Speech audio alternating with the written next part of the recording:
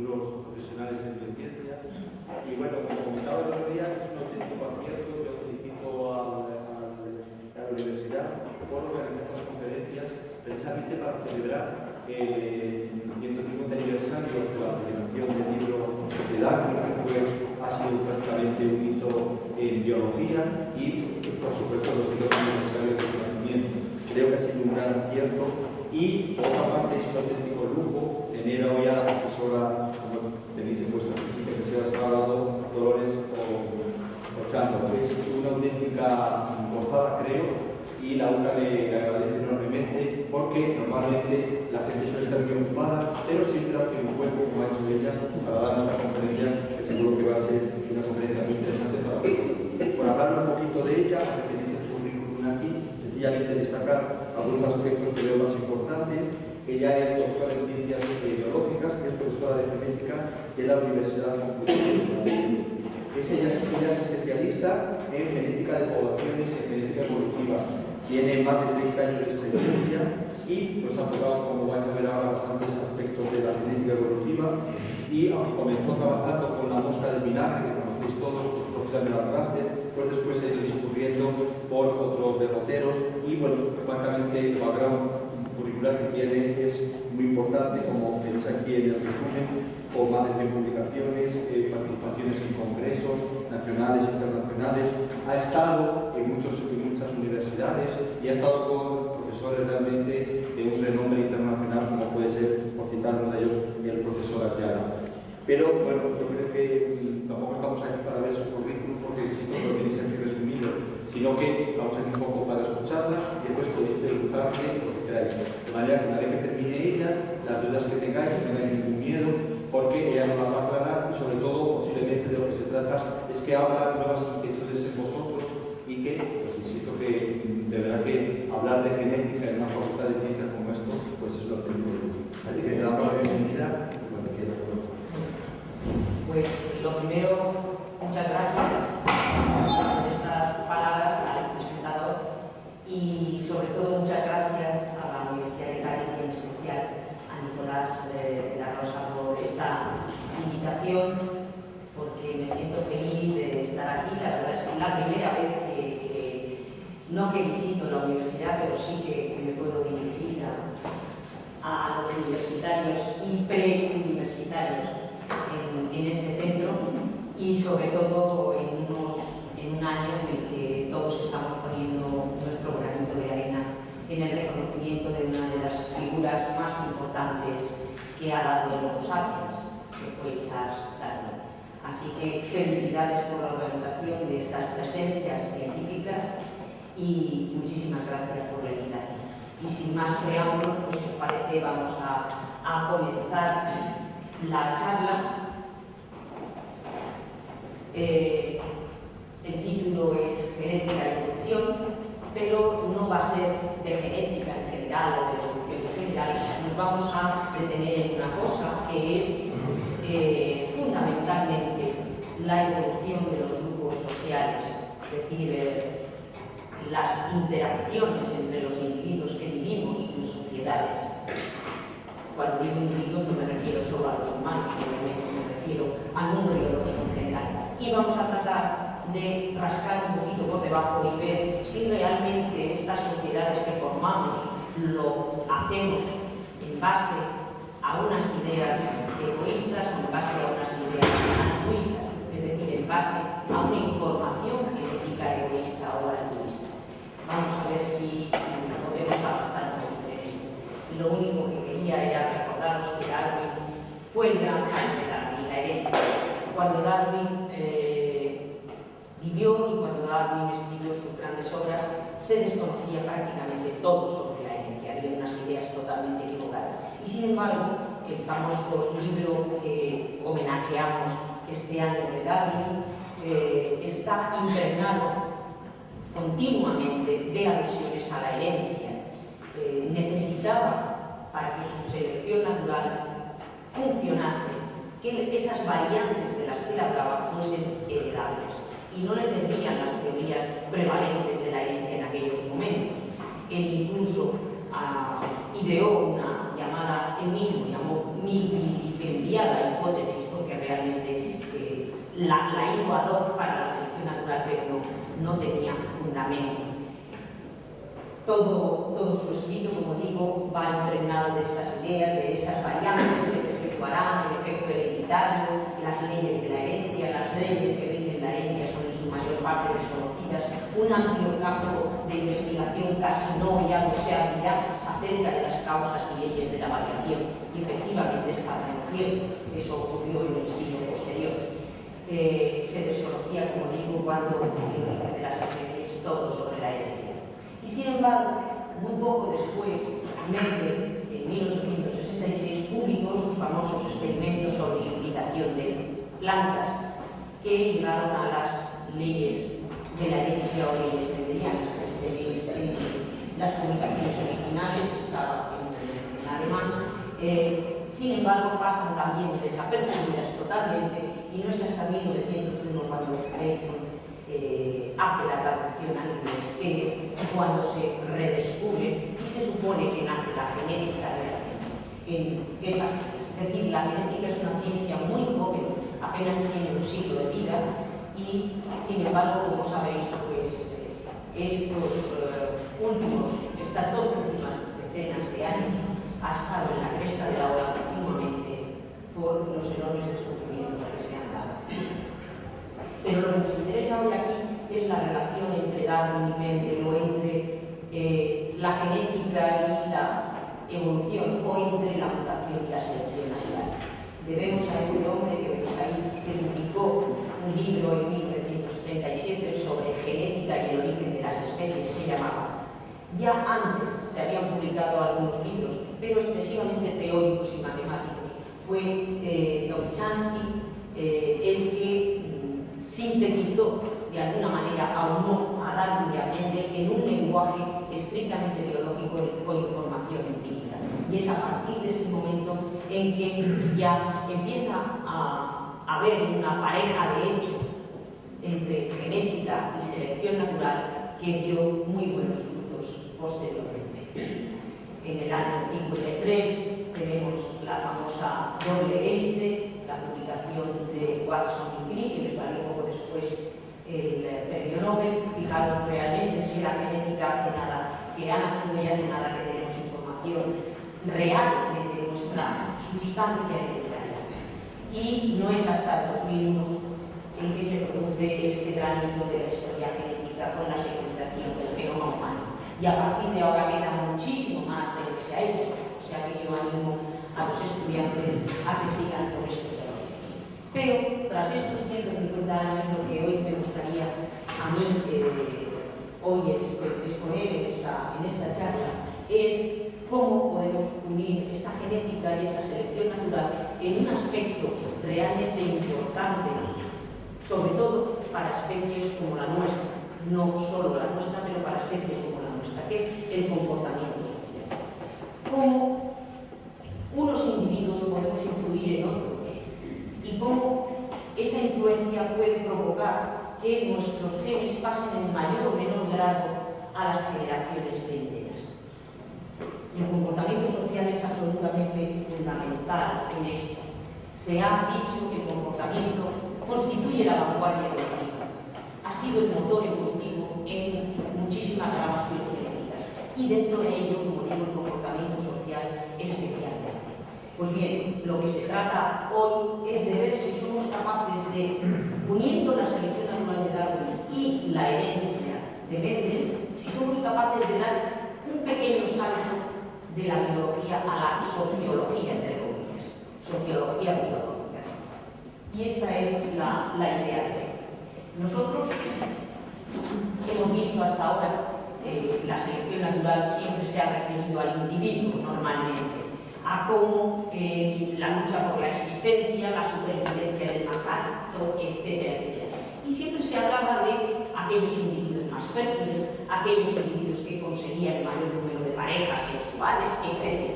No se hacía referencia a otros individuos, solamente a uno mismo, a los genes que uno portaba. Pero hoy sabemos que realmente muchos organismos somos sociales, en mayor o menor grado, y nuestra biología refleja eso. La cooperación, y esta es la palabra que más para vais a oír hoy aquí, es el aspecto fundamental de la sociedad. Supone un reto a este egoísmo o altruismo, depende cómo uno lo vea o en qué actos se fije uno, individual. Realmente podemos explicar ese aparente altruismo que sería contradictorio con la selección natural tal y como se ha entendido de lucha por la existencia, de supervivencia del más apto, de casi de guerras continuas. ¿O seríamos capaces de explicar el egoísmo? ¿Qué somos, egoístas o somos altruistas? Pues eso es lo que vamos a tratar de ver. ¿Por qué cooperamos? La pregunta, como decía, es: ¿tenemos genes altruistas? ¿Tenemos genes egoístas? ¿Tenemos genes de ambos tipos? Realmente no hay ni altruismo ni egoísmo, lo que existe es una cooperación, y vamos a ver qué significa esto de la cooperación. Bien, pues altruismo, la Real Academia lo define como la diligencia en procurar el bien ajeno a una costa del otro. Todos hemos visto actos altruistas, entre humanos incluso, y por supuesto que entre animales también. Uno ve una bandada de pájaros que están forrajeando en el suelo y siempre hay alguno en lo alto de un árbol vigilando. Alguno ve un gavilán que se aproxima y empieza a dar una llamada de alarma. Esta llamada de alarma lo que hace es hacerlo más hostigo al depredador. Es decir, se pone en riesgo para avisar a sus compañeros que están forrajeando. ¿Por qué lo hace?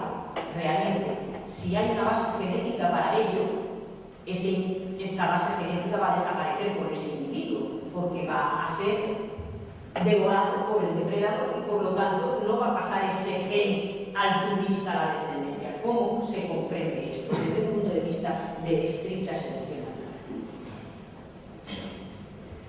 Y la Real Academia define egoísmo como el inmoderado y excesivo amor a sí mismo que hace atender desmedidamente al propio interés sin cuidarse del de los demás.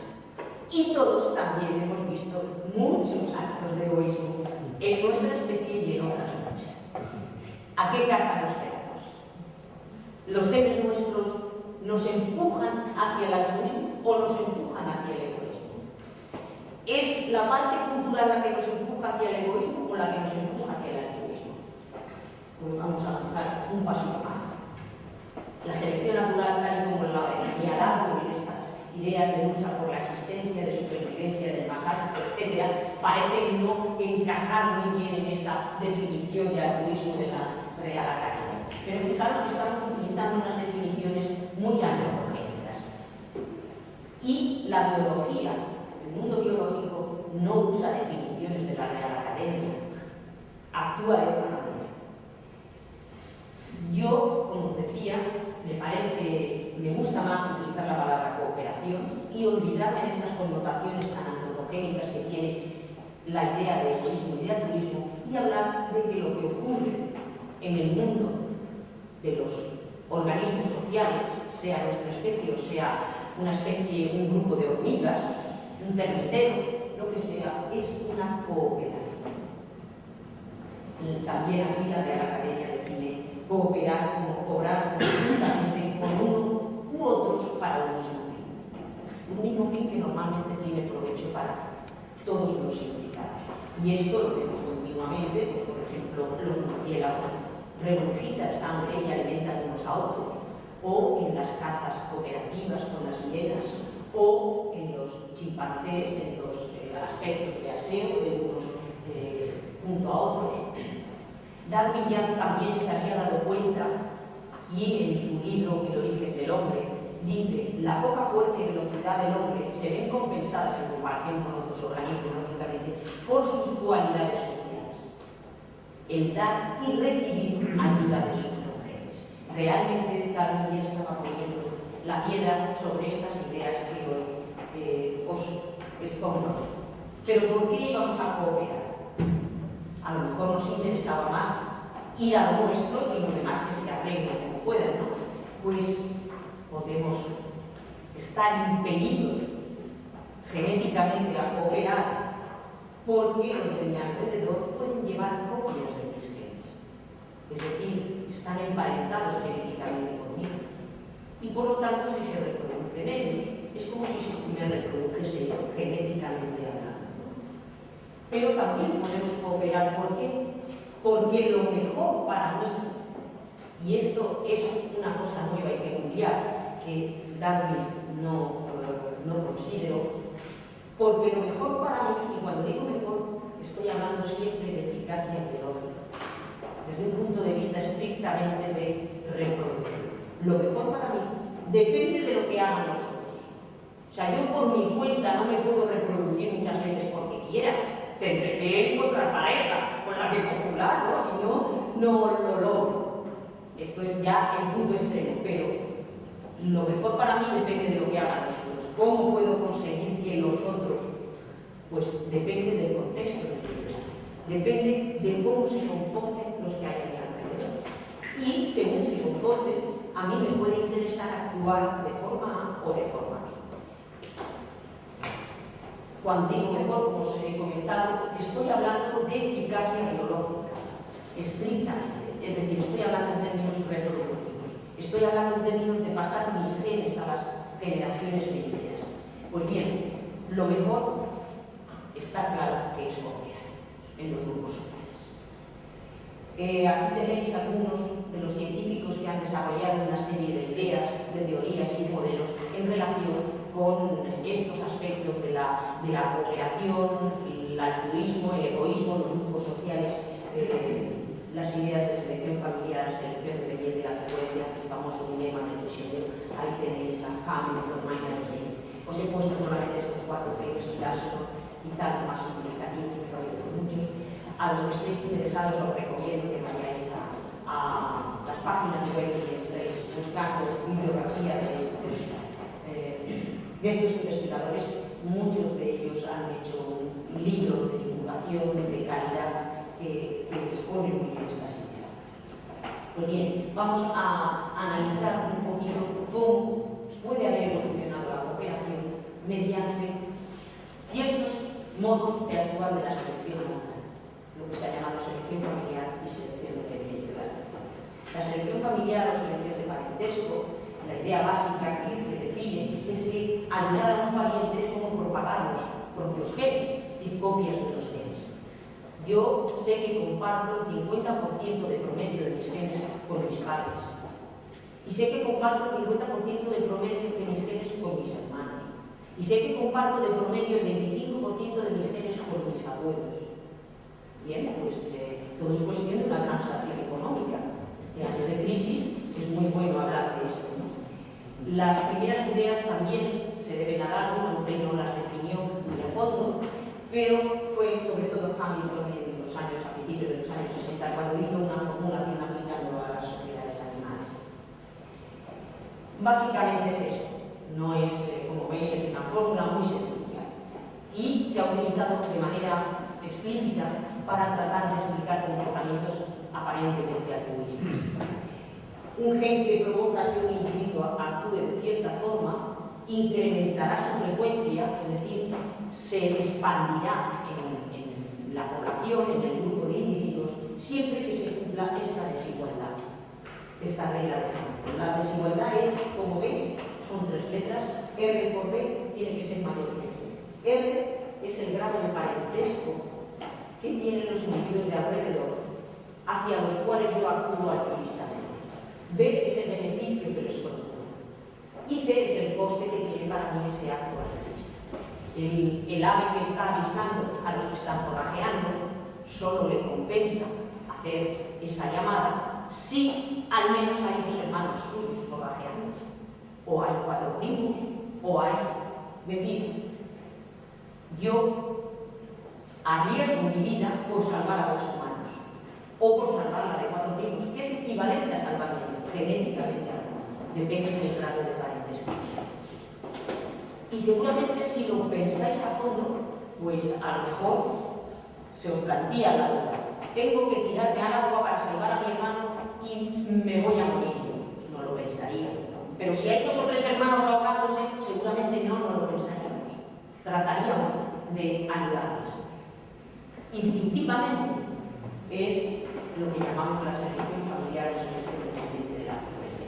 Se puede definir de forma matemática más compleja, pero lo único que quiero destacar es que si hay un gen que tiende a la cooperación, más que al altruismo que me gusta a mí hablar, hay que analizar el efecto que tiene sobre el individuo que actúa así, pero también el efecto que tiene sobre los individuos que están emparentados.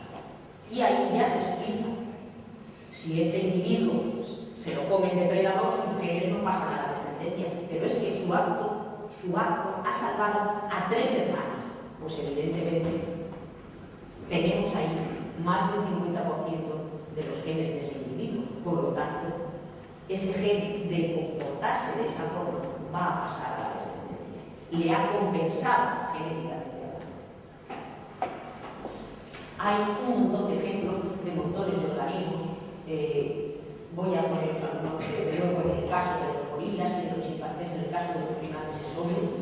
Las tías siempre ayudan a las madres en el cuidado de la prole.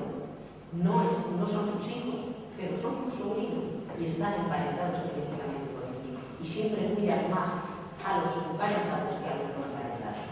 Pero fijaros también en esto, tampoco vamos a ver mucha matemática. Esto simplemente es unos experimentos hechos con Grigorium, es un escarabajo chiquitito, un escarabajo de la harina, donde se establecieron 2 tipos de grupos.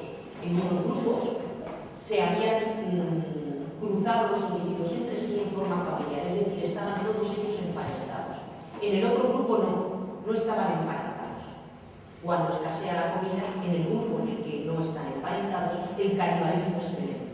Sin embargo, cuando escasea la comida, en el grupo en que hay parentesco genético, el canibalismo es mucho más reducido. Este es otro ejemplo de este tipo. Son ardillas de tierra. Las ardillas de tierra, los avisos de que hay peligro son muchísimo más frecuentes que cuando no hay parentesco entre las ardillas del grupo.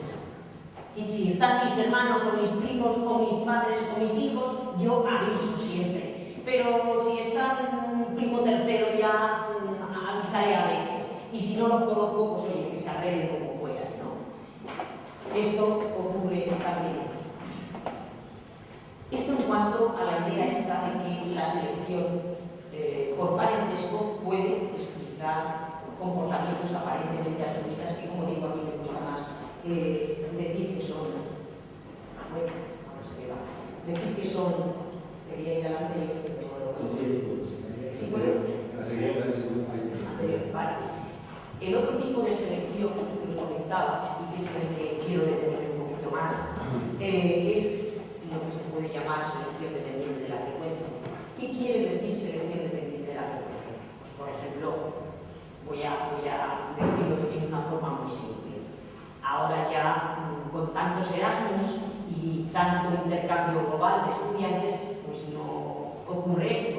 Pero cuando yo era joven, donde se viajaba mucho menos y los estudiantes se intercambiaban mucho menos, cuando venía un sueco rubio, alto y guapísimo de ojos azules, pues todas las chicas querían ligar con él, porque su frecuencia era muchísimo más escasa que la de los morenos de nuestro país, ¿no? Pero ocurría lo mismo con las chicas, exactamente lo mismo. Selección dependiente de la frecuencia. En este caso es un ejemplo anecdótico, pero vamos a analizarlo desde un punto de vista un poco más científico. ¿Qué significa esto? Pues lo que significa es que lo mejor que uno puede hacer depende de lo que lo hagan los otros. Para esto se ha utilizado y últimamente cada vez está más de moda, y este año, como digo, con la crisis económica, seguramente otra vez volverán a renacer un montón de publicaciones al respecto, se ha utilizado con el modelo de la teoría de juegos, la teoría de juegos económica, aplicada a la evolución de estos tipos de comportamiento, basada, en este caso, en comportamientos, en fenotipos, en actuaciones de los individuos que viven en sociedad.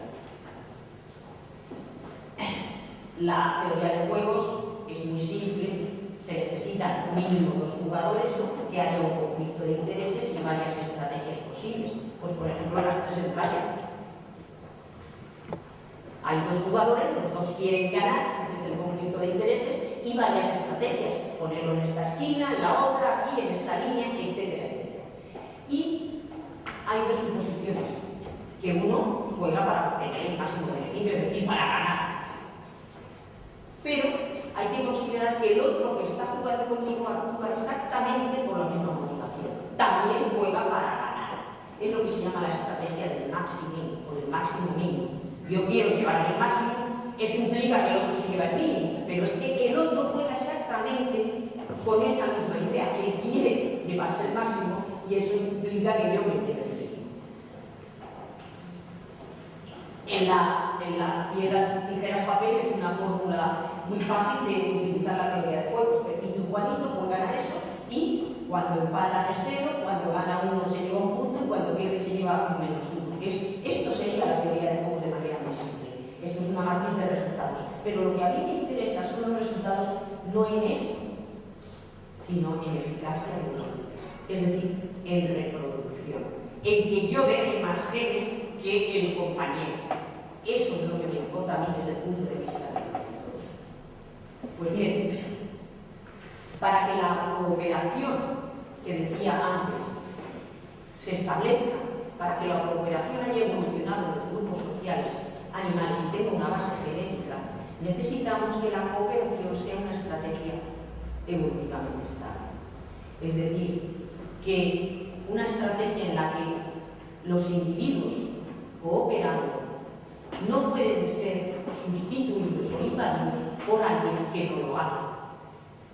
Y la especie humana ha sido muy eficaz en esto, porque ha ido añadiendo cosas. El que no coopera es apartado del grupo, el que no coopera es castigado, el que no entra en el juego de castigar puede ser tratado como un defector también, etcétera, etcétera, el que se puede ir escalando en todo ello. Pues para que la cooperación se establezca en las sociedades debe de ser evolutivamente estables. Y os voy a contar un pequeño experimento que yo suelo hacer con mis alumnos y que lo llevo haciendo durante varios años. Es muy sencillo, seguramente si aquí hubiésemos tenido tiempo lo hubiéramos podido hacer. Yo les digo, os voy a dar 100 euros a cada uno de vosotros y lo tenéis que repartir con otro individuo. No hace falta que sea amigo ni nada de eso. Cualquier otro compañero no decidís vosotros quién. Yo digo, pues con aquel o con cualquiera. La única condición es que el otro individuo no se permite regateo ni nada, y solo hay una oferta. La única condición es que el otro individuo tiene que aceptar el reparto que vosotros hacéis. Sin más, no hay regateo. Y si acepta, pues se hace ese reparto. Y si no acepta, los dos os quedáis sin nada. Bien, pues, ¿qué es lo que uno esperaría? Desde el punto de vista del egoísmo puro, pues el repartidor diría, pues yo le doy 1 euro al otro y me quedo con 99. Claro, mi compañero se tiene que ver obligado a aceptarlo, porque si no acepta, se queda a cero, más vale uno que nada. Y yo me aprovecho de la coyuntura, de que soy el que reparte y me quedo con 99. Eso es lo que uno esperaría desde el punto de vista del puro egoísmo. Pero fijaros lo que se encuentra. El 60% de los estudiantes reparten al 50%. El 30% reparten 40-60. 40 para el otro, 60 para mí, pero próximos. Un 6% reparten un tercio, un cuarto, 3 cuartos. Solo un 3% reparten menos del 20% por el otro y ellos se quedan en 80%. Y solo un 1%, que debería ser un tal, dice 1 versus 99.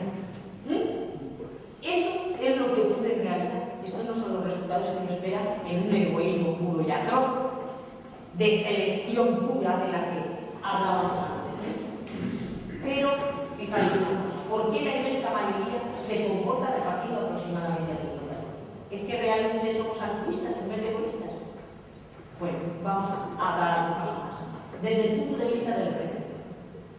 El receptor, en egoísmo puro, tendría que decir, acepto cualquier cantidad, incluso la mínima, porque la alternativa es quedarme a cero. O sea que yo acepto un euro, aunque sea un euro, porque eso es egoísmo puro también por parte del receptor. Pues mirad también lo que ocurre en los resultados de la aceptación.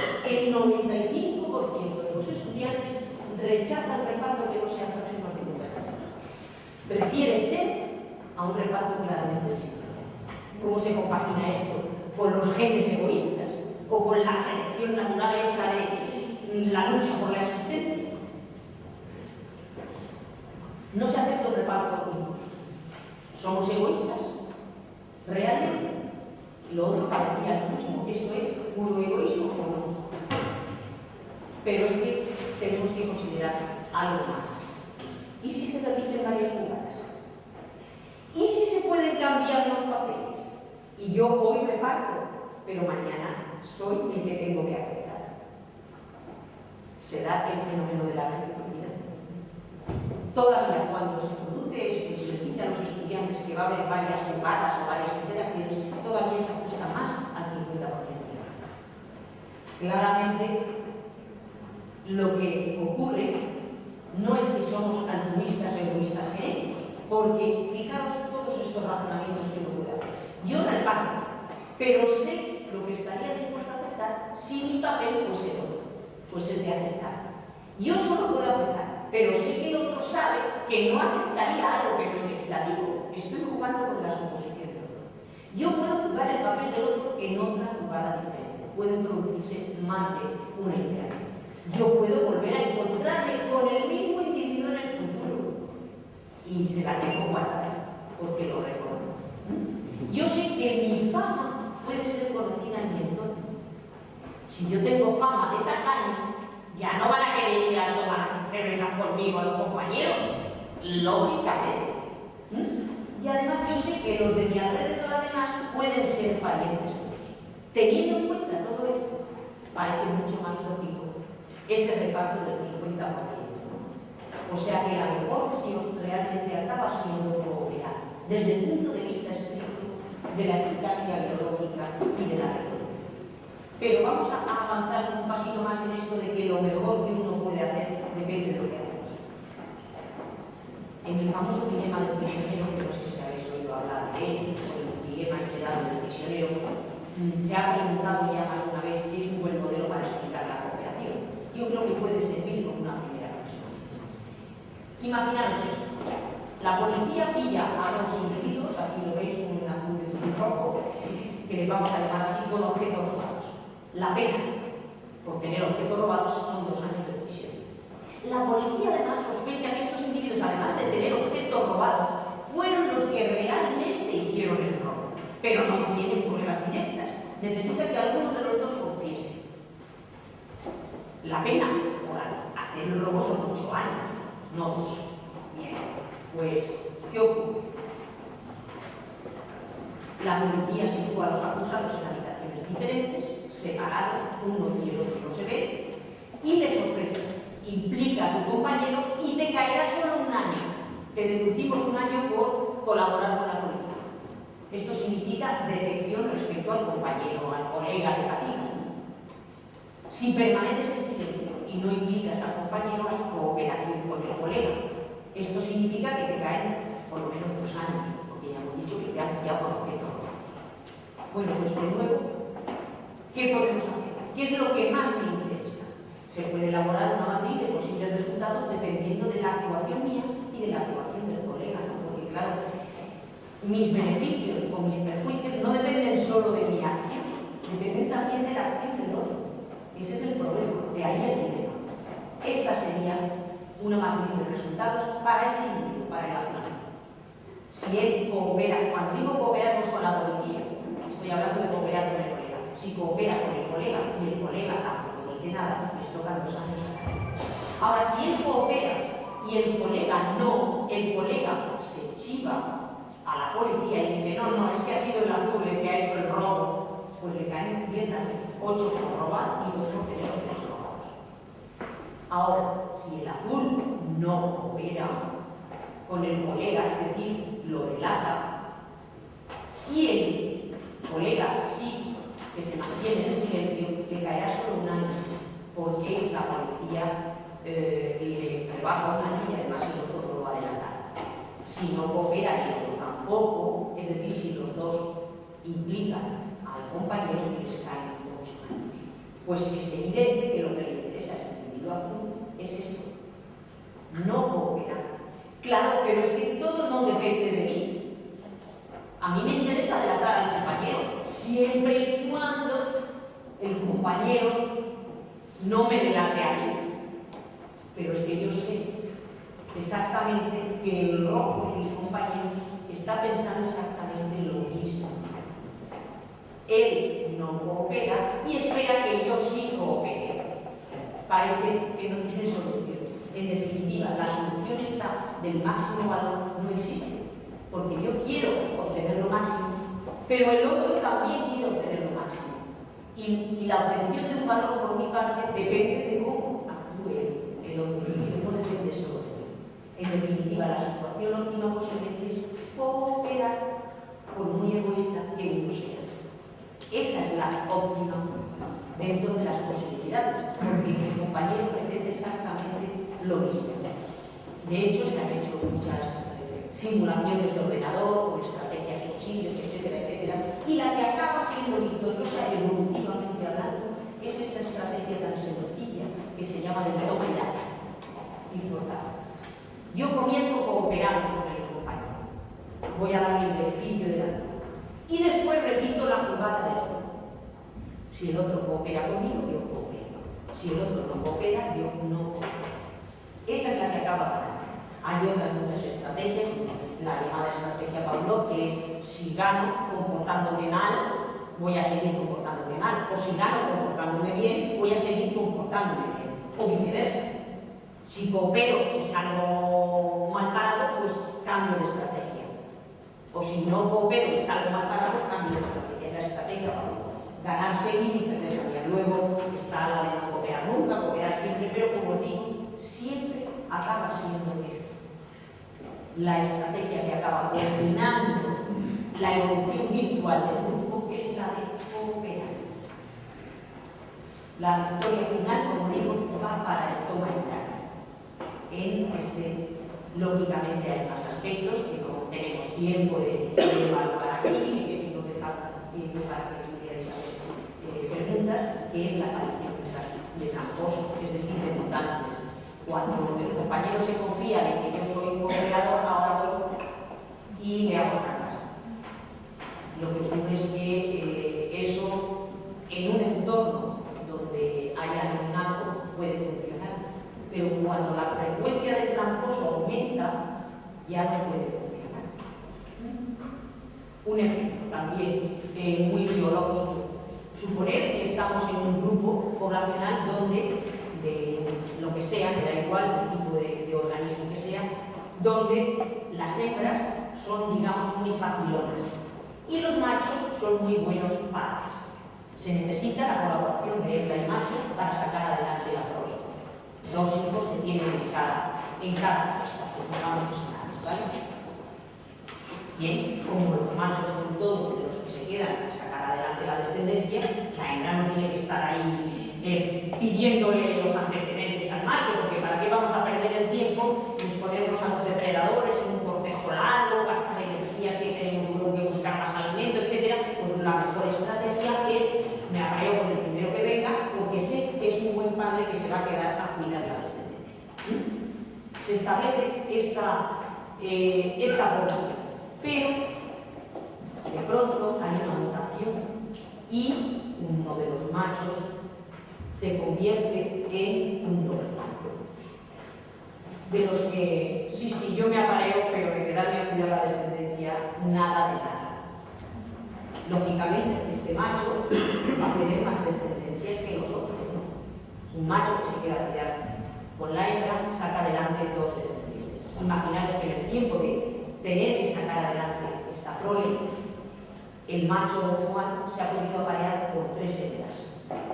Claro, una hembra sola no puede sacar adelante a los 2 descendientes, solamente a uno, pero como se ha apareado con 3 hembras, ese tiene 3 descendientes, mientras el otro, el buen padre, tiene solo 2.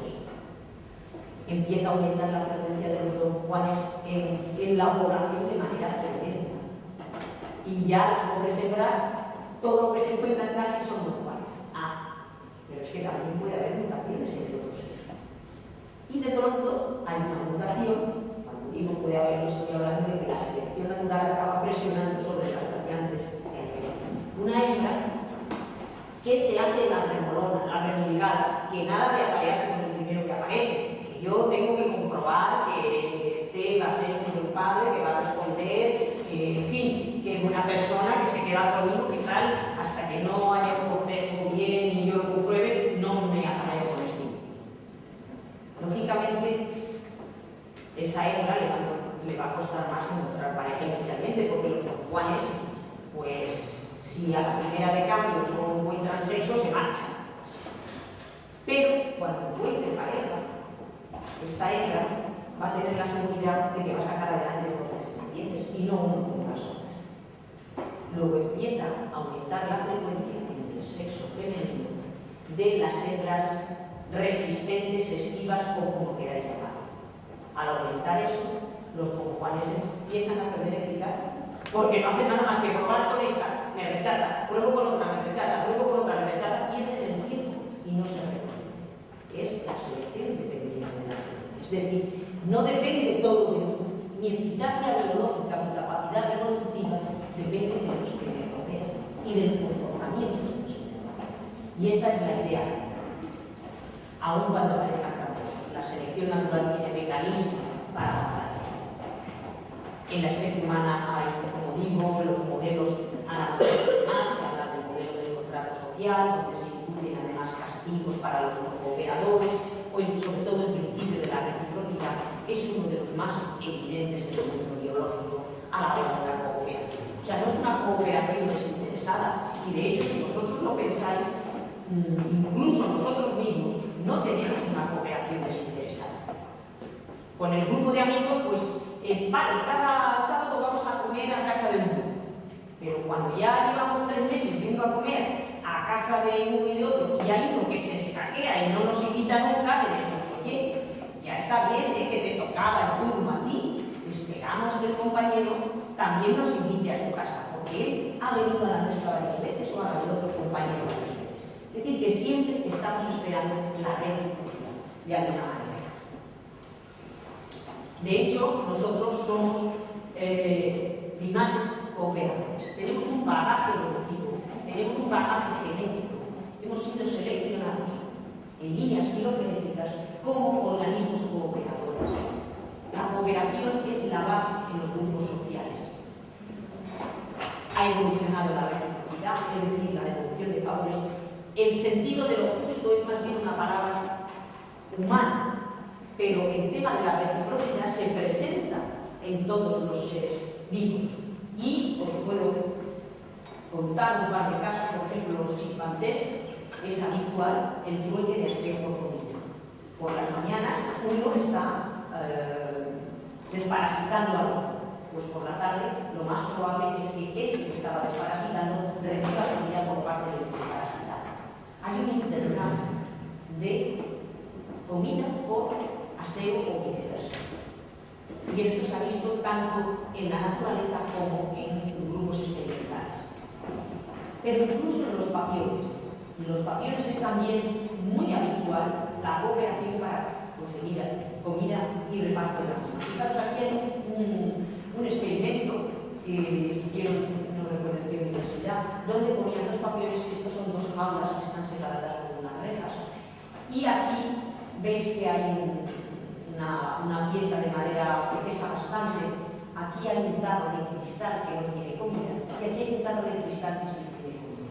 Aquí hay un contrapeso. No alcanzan directamente a la comida.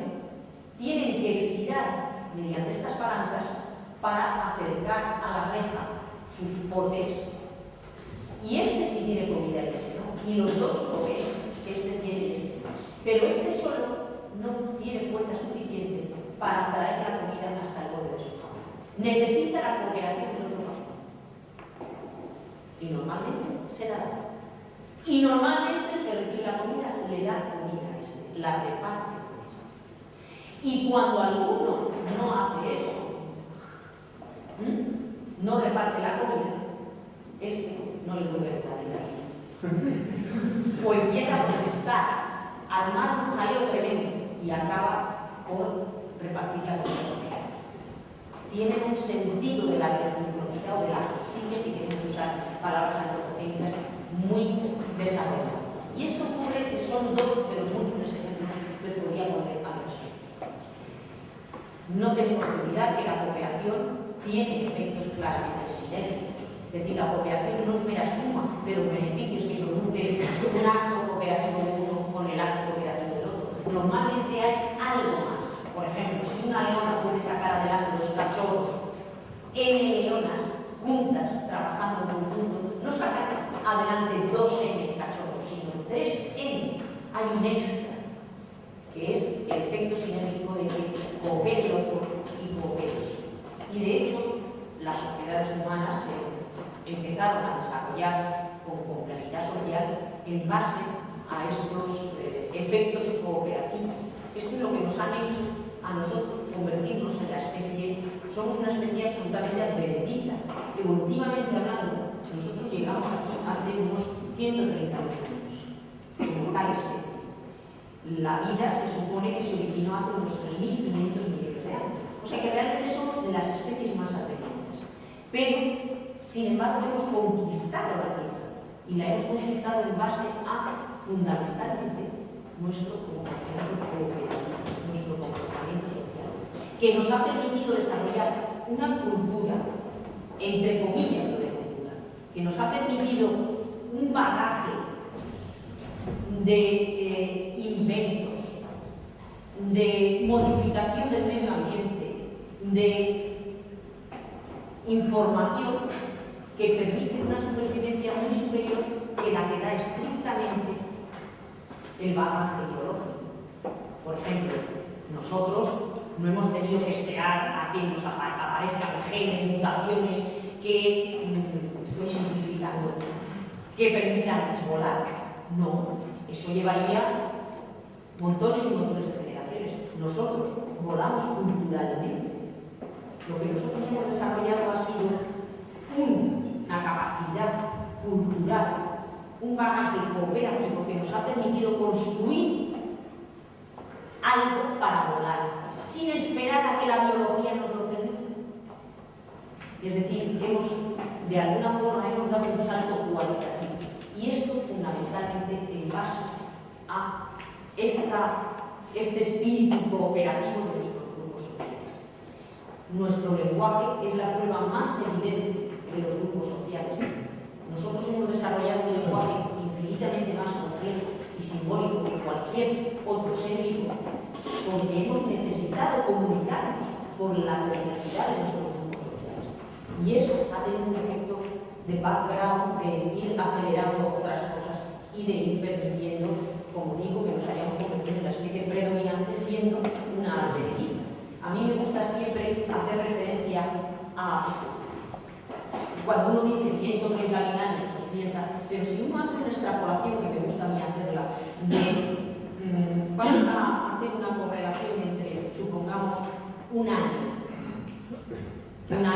y el origen. Suponemos que hace 3.500 millones de años que aparecen las primeras moléculas autorreplicativas, es el 1 de enero justo acaban de dar las células, ¿vale? Y hoy estamos a 31 de diciembre y están dando las campanadas de las 12.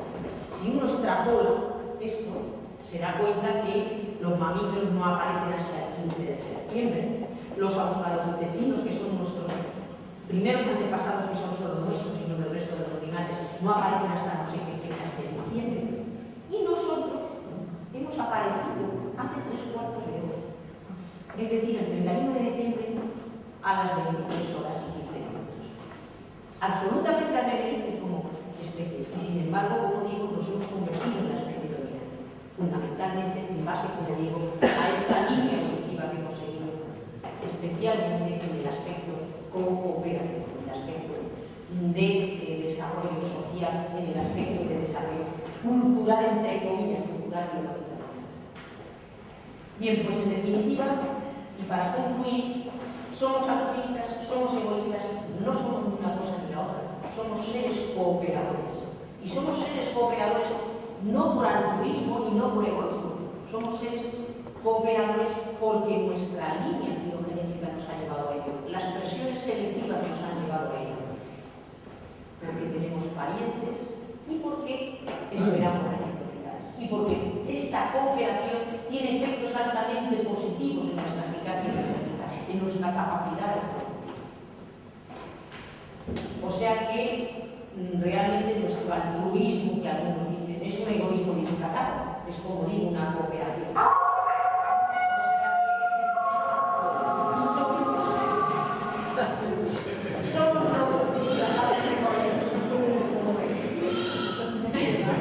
Muchísimas gracias por vuestra atención.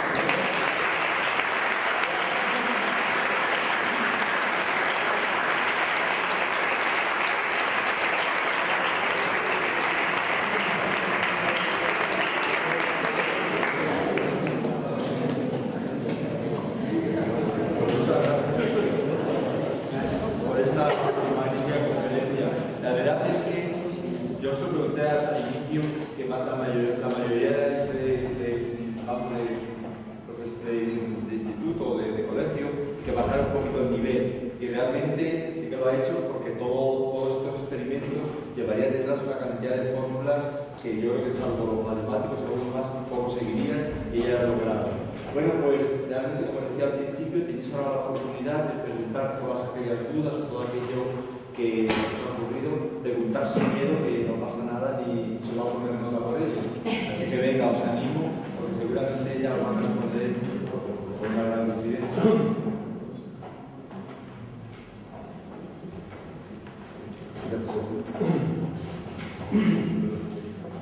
Según tengo entendido, la selección natural, es decir, la eficacia biológica, no implica otra cosa nada más que la optimización. La optimización reproductiva, exacto.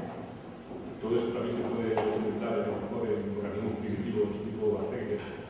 Se presupone que ya en las primeras, ni tan siquiera organismos, sino moléculas autorreplicativas que dieron origen a la vida, se supone que ya debió de producirse una selección natural sobre ellas, de manera que algunas se replicaban más eficazmente sus copias que otras y dejaron atrás a las que no eran capaces de seguir el ritmo replicativo de las primeras. Y esa es una forma de selección natural a nivel molecular, digamos, y desde luego a nivel bacteriano, a nivel ya de células y de organismos, no digamos de organismos superiores. Es más que evidente. Pero parece casi una perogrullada, ¿no?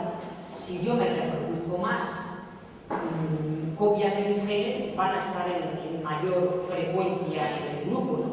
Y por lo tanto, esos genes que a mí me hacen comportarme de cierta manera o actuar de cierta forma, pues se van a presentar el mayor número de individuos en la siguiente generación y así sucesivamente. Es casi una perogrullada, pero que nadie supo formular como lo hizo Darwin hace 150 años. En definitiva, que se invita al organismo dentro del comportamiento social. ¿No? Sí, ¿por qué no? Queremos verlo así.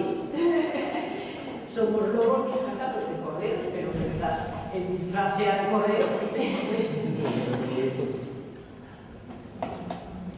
Sí, Dolores, yo tengo una cuestión, quizá a lo mejor solo aplicable a los grupos superiores, a los primarios, pero estaba yo preguntando porque hay un aspecto que me has comentado, pues lo has hecho de forma implícita cuando hablabas de que quizá mayor se confía en nosotros, que es un efecto de selección sexual del comportamiento altruista, es decir, el que se juega la vida a lo mejor se arriesga, pero si se salva es el síndrome del héroe, ese se la ligará toda, con lo cual tendrá mayor posibilidad, es decir, igual que un pavo real, que es pluma muy grande, va en contra de la selección natural, el tener un comportamiento arriesgado puede tener también implicaciones individuales. Tienes toda la razón. Efectivamente, cuando yo hablaba de fama, un ejemplo que tenía era la fama en la obtención de parejas sexuales. O sea, como una característica secundaria sexual, igual que la cola del pavo real, pues en vez de cola, la fama de héroe, de comportamiento cooperativo, de no sé qué. Y ese, evidentemente, encuentra más parejas sexuales, hay también formulación de esto y efectivamente una característica más de las múltiples que tenemos, ¿no? La fama, efectivamente, es así, tienes toda la razón. Sí. Pero en ese tema de positiva, si no recuerdo mal, arriba ponía, eso no es genético, pero entrecomillado. ¿El qué? Cuando estaba hablando en esa diapositiva, venía lo de esto que estamos comentando ahora de del fama de los demás, y decía, pues todo ello, eso no es genético. Pues No, sí es no, genético. no he dicho no es genético. Arriba ponía y más. Creo que ponía y más. Ah, pero en el fondo, claro. No, creo que ponía y más. Me ha parecido que ponía. Sí, eso digo algo.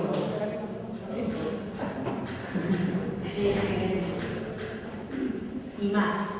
No significa que No, pero en el ejemplo de 100 euros. En el ejemplo de los 100 euros no he metido la genética para nada. Solo he dicho que si realmente. La siguiente. ¿En esta? No, en la siguiente. Acabo de dar en La posterior. Ahí. Ahí. Ah, no.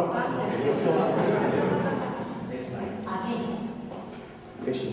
Y a mí me pareció entender que, bueno, No. Lo que yo quiero decir es que lo de altruismo y egoísmo no es cooperación.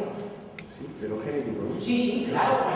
No, a lo mejor es que debería de haber decomillado lo de altruismo y egoísmo en vez de lo de genético. La percepción, digo, ¿no? Sí. No, evidente. Uno está aquí esperando todo eso. Y todo eso tiene una base genética. Evidente, sí. Sí. No me había dado cuenta. Quizá debería haber entrecomillado altruista y egoísta, pero en genético, me refería a eso. A que a mí no me gusta hablar de que somos egoístas genéticos o altruistas genéticos. A mí me gusta hablar de que somos cooperadores genéticos.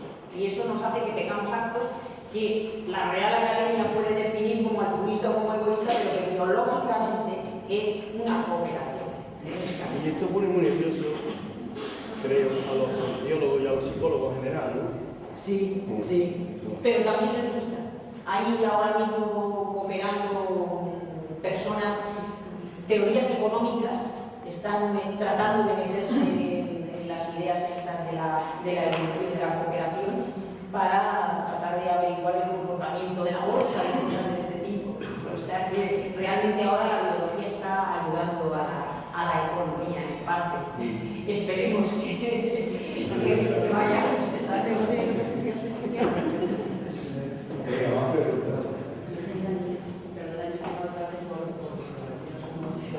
No sé si lo habrás contado, pero es un centro comunicado, ya porque es de otro nivel de ronda genómica, como ha sido la evolución en relación a la biomiparidad.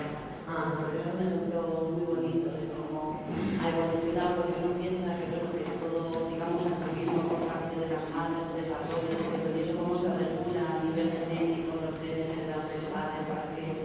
No he entrado en esto porque era imposible entrar en ello, pero sí, efectivamente, lo que dice vuestra compañera es que ahora los genéticos ya no solo estudiamos la secuencia del ADN, y de ahí la importancia de que tenemos el genoma humano secuenciado, pero ahora queda muchísimo por hacer.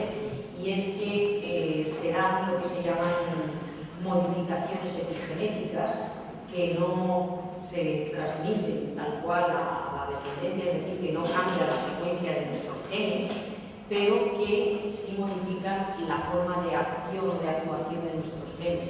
Y se han visto bastantes casos de improntas, de marcas que ponen el gameto de nuestro padre o el gameto de nuestra madre, o el gameto femenino y el gameto masculino.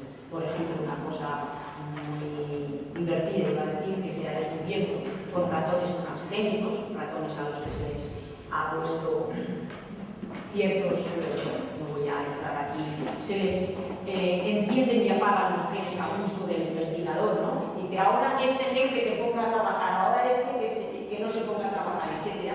Pues se ha visto, en relación con esto, que los gametos masculinos, lo que les interesa muchísimo, es intervenir en el instinto maternal.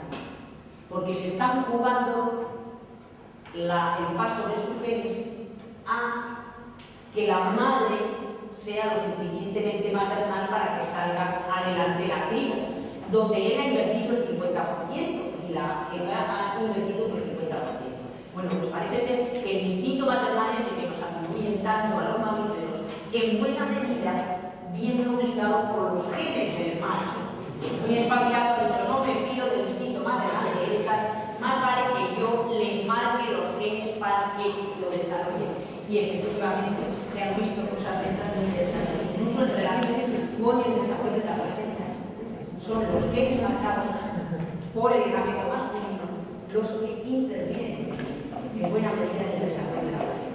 O sea que es que los machos, desde que somos principales, no se fían y han dicho vamos a intervenir ahí para que el instinto maternal de las mujeres o de las hembras en general siga adelante. Y efectivamente, pero no había mucho tiempo para meternos en esto.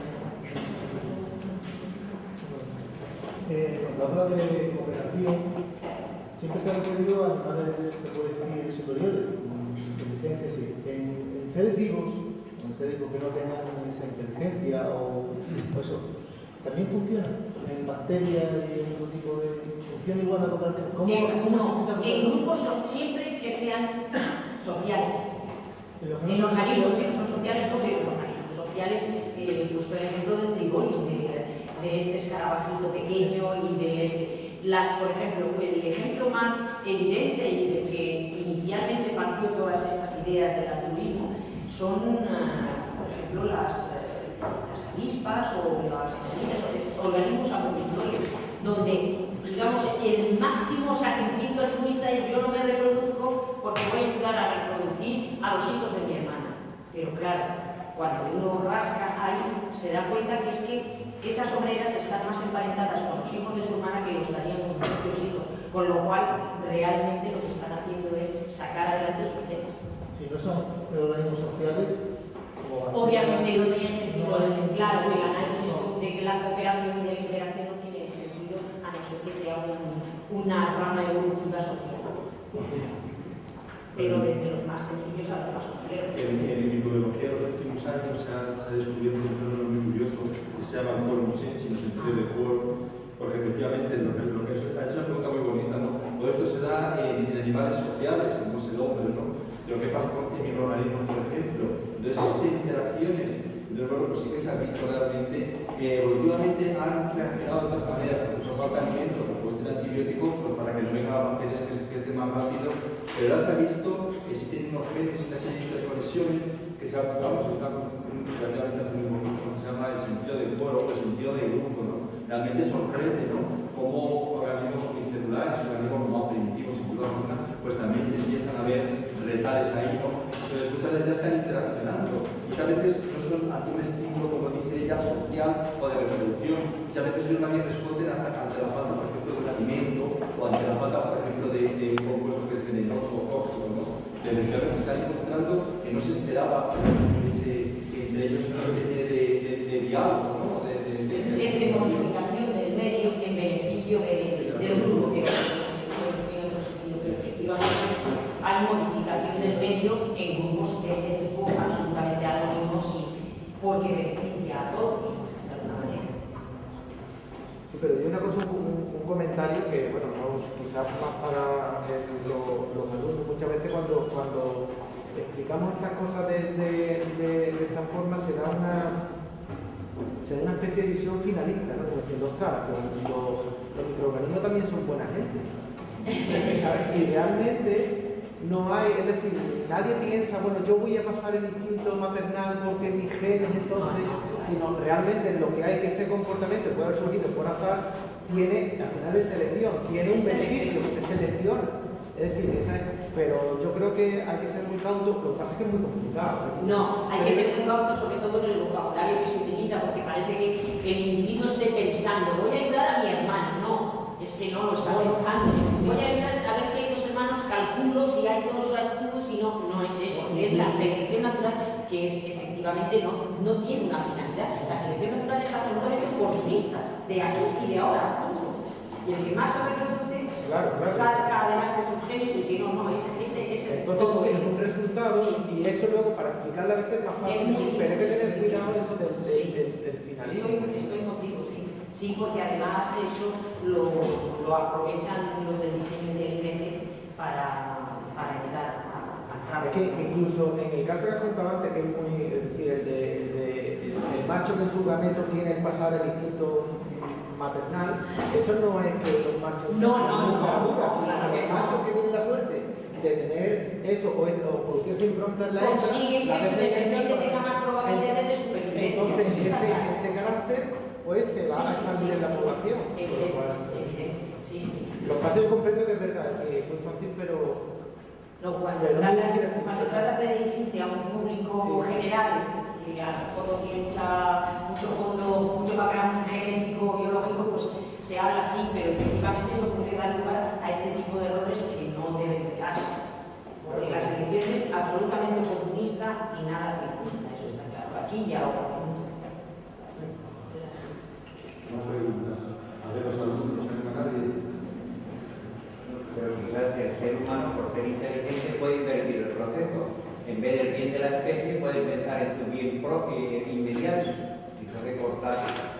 La diferencia en especies como la nuestra, que pueden manipular fácilmente el medio ambiente, es que pueden incluso manipular la evolución, pero no sigue habiendo selección. O sea, la especie humana ahora mismo diría no. La especie humana no evoluciona ya, porque claro, ahora estamos curando enfermedades, estamos haciendo que sobrevivan los que se morirían de per se, pero es que no es así. Para que haya evolución se necesitan dos condiciones. Una, que haya variabilidad genética. Y solo tenemos que mirarnos aquí. Cada uno somos distintos de los demás. No hay dos seres iguales.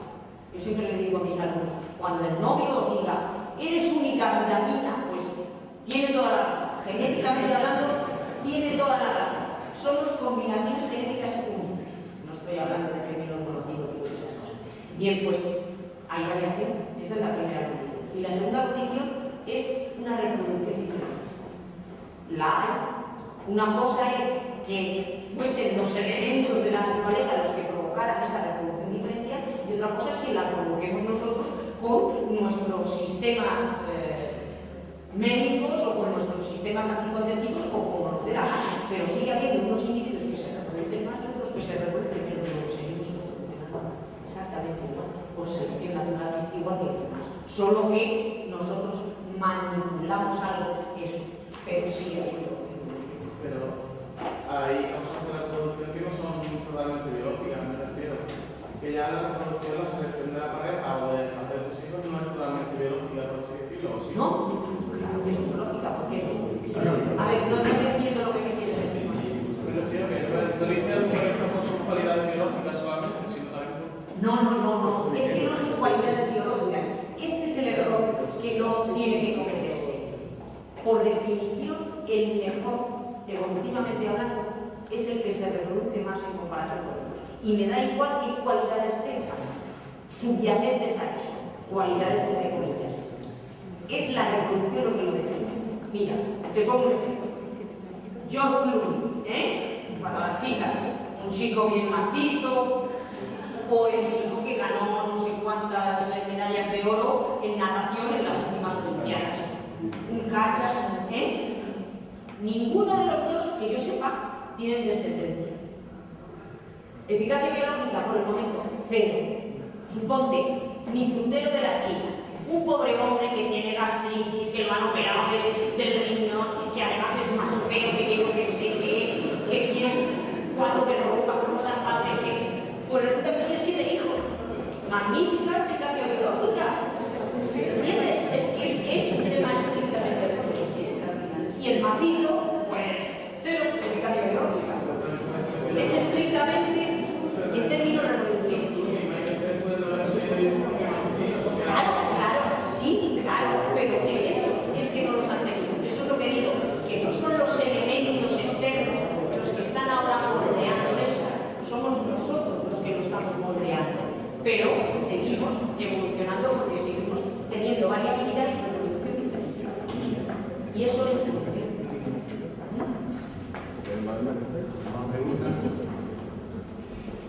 Yo tengo una pregunta que no sé si está relacionada con el tema, quizás sí. No hace mucho leí un libro que hablaba, pero no te lo explicaba, así que me quedo ahí como no sé lo que significa de la transmisión horizontal de lo que es. Y el término me sugiere muchas cosas, pero no sé exactamente. Pues es que esto cuando yo era estudiante, vamos, era una herejía, pero hoy sabemos que es cierto, que siempre hablamos de que la reproducción y la transmisión genética se realiza en línea vertical. de padres a descendientes y así. Pues hoy sabemos que no, que también se puede dar en forma horizontal. Se puede dar de forma horizontal la transmisión de genes incluso entre especies muy diversas. No sabemos muy bien los mecanismos, sabemos que hay genes dentro de los genomas de los individuos que se llaman, para decirlo coloquialmente, saltarines, que cambian de lugar.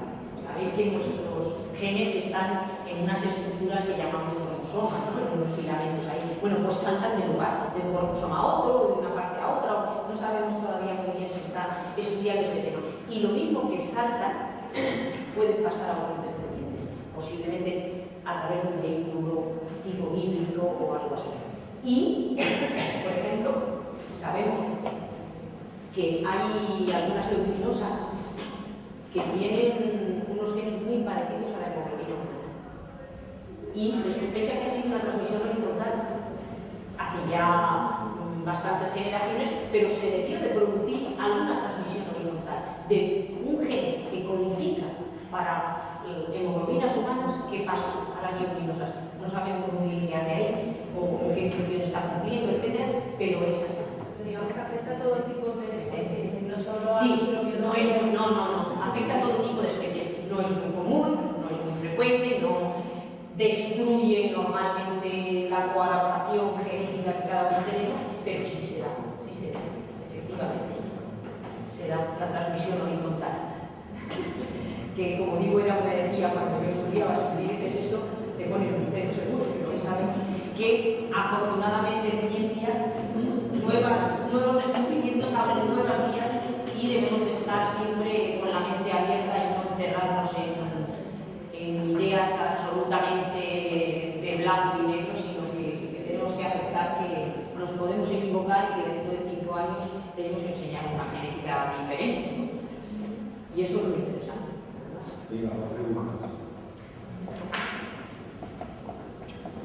Has hablado de muchas especies, de los monos y demás, entonces has puesto un ejemplo. Yo les enseño un poquito más cuando hago el año ese biológico. Yo a veces me comparo que parece casi cuando están preparando las uvas de la siguiente campanada, ¿no? Entonces, mientras que las primeras bacterias que aparecen en primavera, pues bueno, los primeros enemigos, es lo que aparece al final, cuando está casi comprándose las uvas para las campanas, allá aparece el hombre. Y sin embargo, lo he dicho muy bien, a mí realmente es algo que me fascina y por otra parte, como me preocupa, ¿no? Cómo el hombre, siendo el que aparece preparando ya las campanadas del año siguiente, cómo está controlando con todo el medio ambiente, cambio climático y demás. Pero muy curioso porque todo lo que has dicho, digamos que los animales de alguna manera siguen teniendo un hábitat más o menos natural, siguen en su hábitat. Pero yo creo que el hombre, sobre todo últimamente, está viviendo de una manera muy artificial. Por ejemplo, pues a los grandes sucesores podrían tener 4, 5, 6 descendientes. Y ahora realmente es tener un lujo, tener un hijo o 2, ¿no? Entonces, desde luego, lo que es desde el punto de vista de eficacia biológica, estamos yendo para atrás, estamos perdiendo, me refiero por lo menos al número de descendientes. No digas eso. Fíjate, hace solo en el siglo XIX, ¿cuántos millones de humanos había sobre la Tierra? En cuanto al número. En cuanto al número. ¿Y hoy cuántos millones somos? O sea que realmente, si es en cuanto al número, no vamos para atrás en absoluto. En absoluto, y afortunadamente que estamos empezando a controlar, porque si no, sería impensable que pudiéramos seguir a ese ritmo. Pero, vamos, y en la Edad Media éramos, nada, unos poquitos millones, y ahora somos miles de millones. O sea que no hemos llegado. Pero quiero decir que en cuanto al número, realmente somos así. Y lo que decía de las uvas, sí, efectivamente, últimamente se está discutiendo si el verde hace 100 precapilarios es hace mucho menos que aparecen en los humanos. Pero bueno, yo lo dejo ahí para no entrar en la polémica de la hecha. Sí, pero en todo caso de la noche vieja, o sea que no hay mucho. A mí lo que me gusta siempre es hacer referencia a que de alguna forma nuestra especie es algo así como la venganza de Lamarck sobre Darwin, porque ya sabéis que a Lamarck todo el mundo se acuerda de él por los errores que cometía, ¿no? La herencia de los caracteres adquiridos, todo el mundo se la achaca a Lamarck. Y a Darwin todo el mundo dice la selección natural. Resulta que Darwin también en parte creía en la herencia de los caracteres adquiridos y la gente no lo sabe normalmente. Ya es como si le hubiera salido las cosas muy bien a Darwin y muy mal a Darwin. Pues de alguna manera, hoy nuestra especie lo que está haciendo es la evolución de los caracteres adquiridos. Porque la evolución cultural nuestra es de caracteres adquiridos. Y es una evolución que va a tal ritmo que no hay que esperar a esa mutación para pasarla al hijo y el hijo al hijo, sino que un descubrimiento, el que sea, en unos instantes está desde China a Nueva York y lo conocen millones de personas y no hace falta que estén emparentados y no sé qué, y podemos todos heredar ese conocimiento o esa estructura o ese lo que sea. Y eso es herencia de caracteres adquiridos, es decir, que eso es lo más duro. Así que a mí me gusta decir que de alguna forma la Marx estaba vengando de Darwin a estas alturas, cuando se demuestra que nuestra evolución cultural está controlando de alguna manera nuestra evolución biológica. Dolores, un comentario y rompiendo una lanza a favor del hombre, porque se habla que si, bueno, que el hombre de la mujer. Que si está destruyendo el planeta, pero realmente el hombre es la única especie de la Tierra, la única especie que es consciente de la destrucción del planeta. Y aunque hay, o sea, que la estamos destruyendo, está claro, somos conscientes de ello, pero hay un comportamiento de salvar al planeta. Es decir, en los animales no ocurre eso. Los animales, cuando un castor hace una presa en un río, le importa un pepino, que es lo que ocurre más abajo del río. Lo que pasa es que ese castor en Norteamérica resulta que ha existido siempre y el resto de seres vivos allí pues, han evolucionado con ese castor, pero cuando entra el castor como especie invasora en Europa, pues es horrible. Los conejos en Australia no se preocupan por el medio ambiente, lo están destruyendo todo. Y el hombre realmente es la única especie que tiene cierta conciencia de ese daño. Eso no sería una especie de comportamiento altruista, meta-altruista. Yo diría que no. Yo diría de nuevo que el hombre solo puede sobrevivir si el medio ambiente está lo suficientemente equilibrado. Por lo tanto, si aquí empieza a aumentar la temperatura en cantidades ingentes al ritmo al que pues, se nos inunda, perdemos la casita de la playa, se nos inunda no sé qué, las cosechas las perdemos, o sea, no es tanto altruismo. Es necesidad realmente, es necesidad, pero efectivamente nosotros elaboramos, debido a nuestra capacidad cerebral, elaboramos todas una serie de ideas o de propuestas en relación con esto, pero yo creo que es pura necesidad. No es cuando uno rasca es que usted no le queda más remedio que solucionar esto, porque si no, sus genes de hoy no, pero sus genes en sus descendientes pues desaparecen. Yo creo que en el fondo acaba habiendo eso, una cooperación necesaria, o sea, un altruismo obligado por el egoísmo.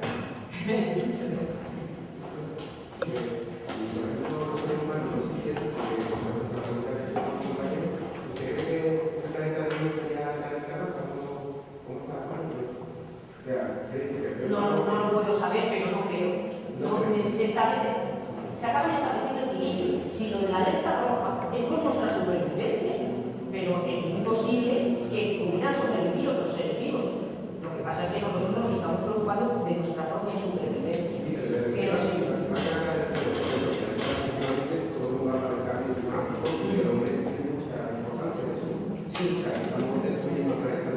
Sí, nuestra actividad es la que está modificando. Yo más que destruir diría que estamos modificando en elevado grado nuestro medio ambiente. Y así como nosotros podemos fabricar cosas para adaptarnos a esa modificación, otros seres vivos no tienen esa capacidad de fabricar cosas para adaptarse a ese medio ambiente. Tienen que servirse de sus genes. Y si sus genes no les permiten vivir a 50 grados, pues tienen que migrar más hacia el norte o más hacia el sur y nos encontramos con estas especies invasoras o nos encontramos con estas cosas. Porque estas especies no tienen la capacidad hoy por hoy de evolucionar a nivel cultural como hacemos nosotros y al ritmo que podemos hacerlo nosotros. Ellas lo pueden hacer solamente en base a la variabilidad genética de que disponen. Entonces su adaptación es mucho más lenta. Entonces la probabilidad de que perezcan es muy superior. No, sí, claro, se lleva bien porque llevan millones y millones de generaciones adaptándose a ese entorno, pero si se nos cambiamos drásticamente, pues es cuando se producen estas especies que estamos perdiendo, etcétera, es porque les estamos modificando el entorno a tal velocidad que a ellos no les da tiempo a adaptarse. Que ellos a lo que están adaptados es a eso. Esa es la diferencia con nosotros. A nosotros no nos da tiempo de adaptarnos a ese medio ambiente, pero nosotros somos capaces de modificar el medio ambiente para adaptarlo a nuestros genes. Los otros seres vivos tienen que adaptarse al medio ambiente de los genes. Nosotros podemos hacerlo a veces, modificar el medio ambiente para adaptarlo a los genes, con lo cual la velocidad es diferente. Por eso decía la primera pregunta, si el ser humano es responsable de todo, que es como si no perteneciéramos a nuestra relación. Nosotros somos responsables de una modificación muy drástica del planeta y eso implica un peligro muy grande para otras especies. Por supuesto para la nuestra, pero mucho más para otras. Eso está claro.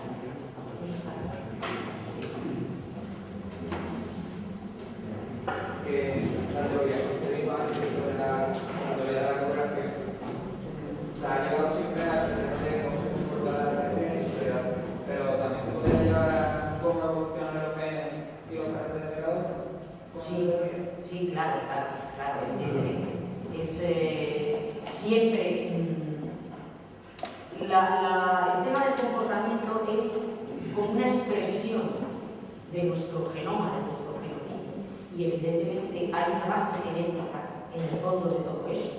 Y esos genes evolucionan, es decir, se reproducen en mayor o menor grado. Si se reproducen en mayor grado y llevan implícito unos efectos de manifestación cooperativa, pues habrá más cooperadores, pero si no, no, evidentemente. Por eso decía también en una de las diapositivas que es preciso además que se acabe con una estrategia evolutivamente estable, porque si no, pues se puede invadir por alternativas que no cooperen o que no se comporten de esa manera. Y efectivamente, continuamente pasan esas cosas. Lo que ocurre es que las desventajas que les producen en cuanto alcanzan un cierto grado, pues son tan elevadas que acaba por predominar el aspecto, pero evidentemente está en la base de ello, está en la parte biológica. De hecho, todo nuestro comportamiento está basado en nuestra información neuronal. Está claro que es la biología. Que ahora que se puede manipular genéticamente con él, ¿eso no puede poner en peligro las teorías de selección natural y de cooperación? No. Y lo que ocurre con la cooperación y la selección natural es un aspecto de interacción con otros individuos independientemente de que el individuo ese lo hayas creado tú artificialmente o no. Lo que actuaría sería el resultado, qué resultado tiene.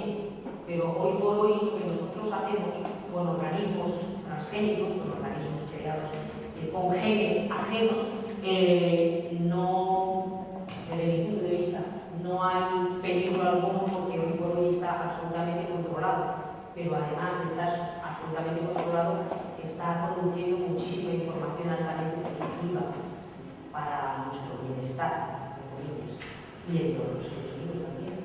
Lo que decíamos antes de todas estas especies que estamos perdiendo, una forma de recuperarlas es tratar de utilizar madres de alquiler o tratar de... Y esto es ingeniería genética, por llamarlo de alguna manera, y exactamente positivo. Otra cosa es que nosotros hayamos creado no artificialmente ese individuo, pero si ese individuo se relaciona con otro, pues se relacionará de la forma que le dice su información genética. Evidentemente, tal y como está hoy estructurado en nuestros grupos sociales, la cooperación tiene que acabar predominando, pero hoy por hoy los transgénicos no están por ahí interaccionando